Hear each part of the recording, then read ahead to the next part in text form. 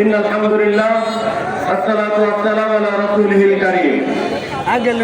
গণমানুষের সংগঠন বাংলাদেশ জামাত ইসলামী কেন্দ্রের কর্মসূচির অংশ হিসেবে ময়মনসিংহ জেলা ও মহানগরী কর্তৃক আয়োজিত আমাদের আজকের এই মানববন্ধনে উপস্থিত জেলা জামাতের সংগ্রামী আমির মজলুম জননেতা আব্দুল করিম, আমাদের এই প্রোগ্রামে উপস্থিত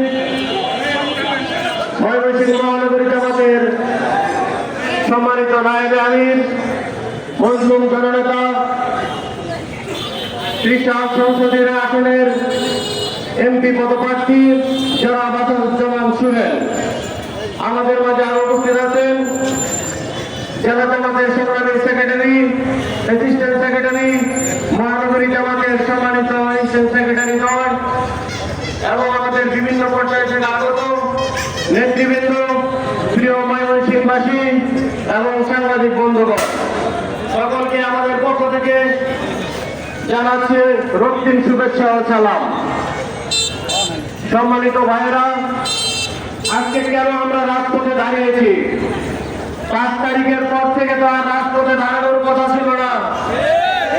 কেন আমরা বারবার রাজপথে আসছি? এটা আমাদের এই ইন্টারিম গভর্নমেন্টকে বুঝতে হবে। আমরা মানুষের অধিকারের কথার জন্য আসতেছি। 5 তারিখে যে জন্য ছাত্র জনতা জীবন দিয়েছে, সে জীবন দেওয়া বাস্তবায়ন না হওয়ার ইঙ্গিত আমাদের কাছে আছে। তার জন্য আমরা বারবার জনগণের হয়ে রাজপথে আসতেছি। আমাদের কাছে যে সংলাপ হয়েছে, যে জাতীয় সংলাপ হলো, এই সংলাপে আমাদের দেশের রাজনৈতিক নেতৃবৃন্দ একমত হতে পারলেন না। সকল দলের নেতৃবৃন্দ একমত হয়েছে, একটা জায়গায় যায় আটকে গেছে। যার জন্য আমরা বলতে চাই যে একজনের জন্য এক জায়গায় যায় সংলাপ আটকে গেল। আজকে যে 17 তারিখে আমাদের এই জুলাই আইনি ভিত্তির প্রস্তাবনা দেওয়া হবে, স্বাক্ষর করা হবে, এটা যেন তেরোর হলে হবে না, এটা এক দলের পছন্দের হলে হবে না।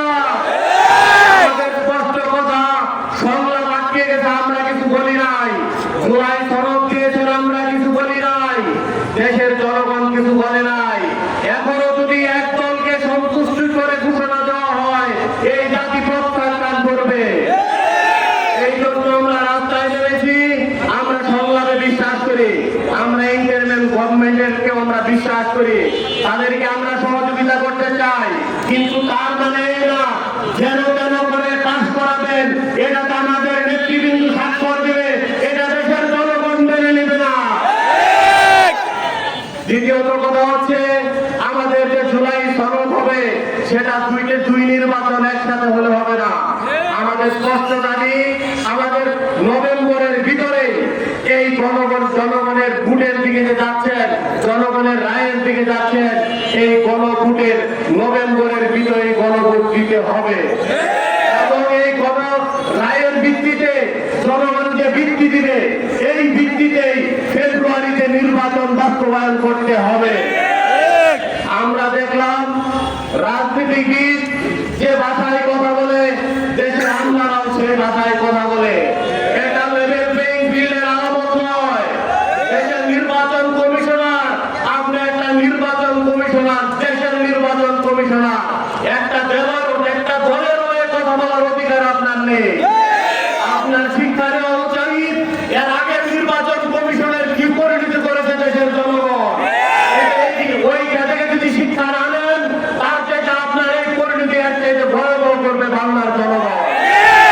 ইন্টারিম গভর্নমেন্টের প্রতি আমাদের অনুরোধ থাকবে, আমাদের আজকের এই দাবি থাকবে, জামাত যে 5 দফা দাবি দিয়েছে, এই প্রত্যেকটা দাবি হচ্ছে যৌক্তিক দাবি। প্রত্যেকটা দাবি মেনে নিতে হবে। প্রত্যেকটা দাবির কোন এক অংশ জামাত ছাড় দিবে না, দেশের জনগণ ছাড় দিবে না।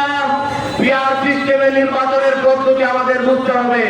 পিআর সিস্টেমের নির্বাচন হচ্ছে গোলামীর জিঞ্জির থেকে বেরিয়ে আসা।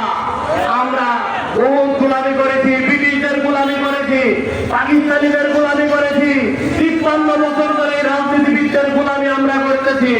আর আমরা গোলাম হিসেবে থাকতে চাই না, হিসাবে ভূমিকা রাখবো ইনশাআল্লাহ।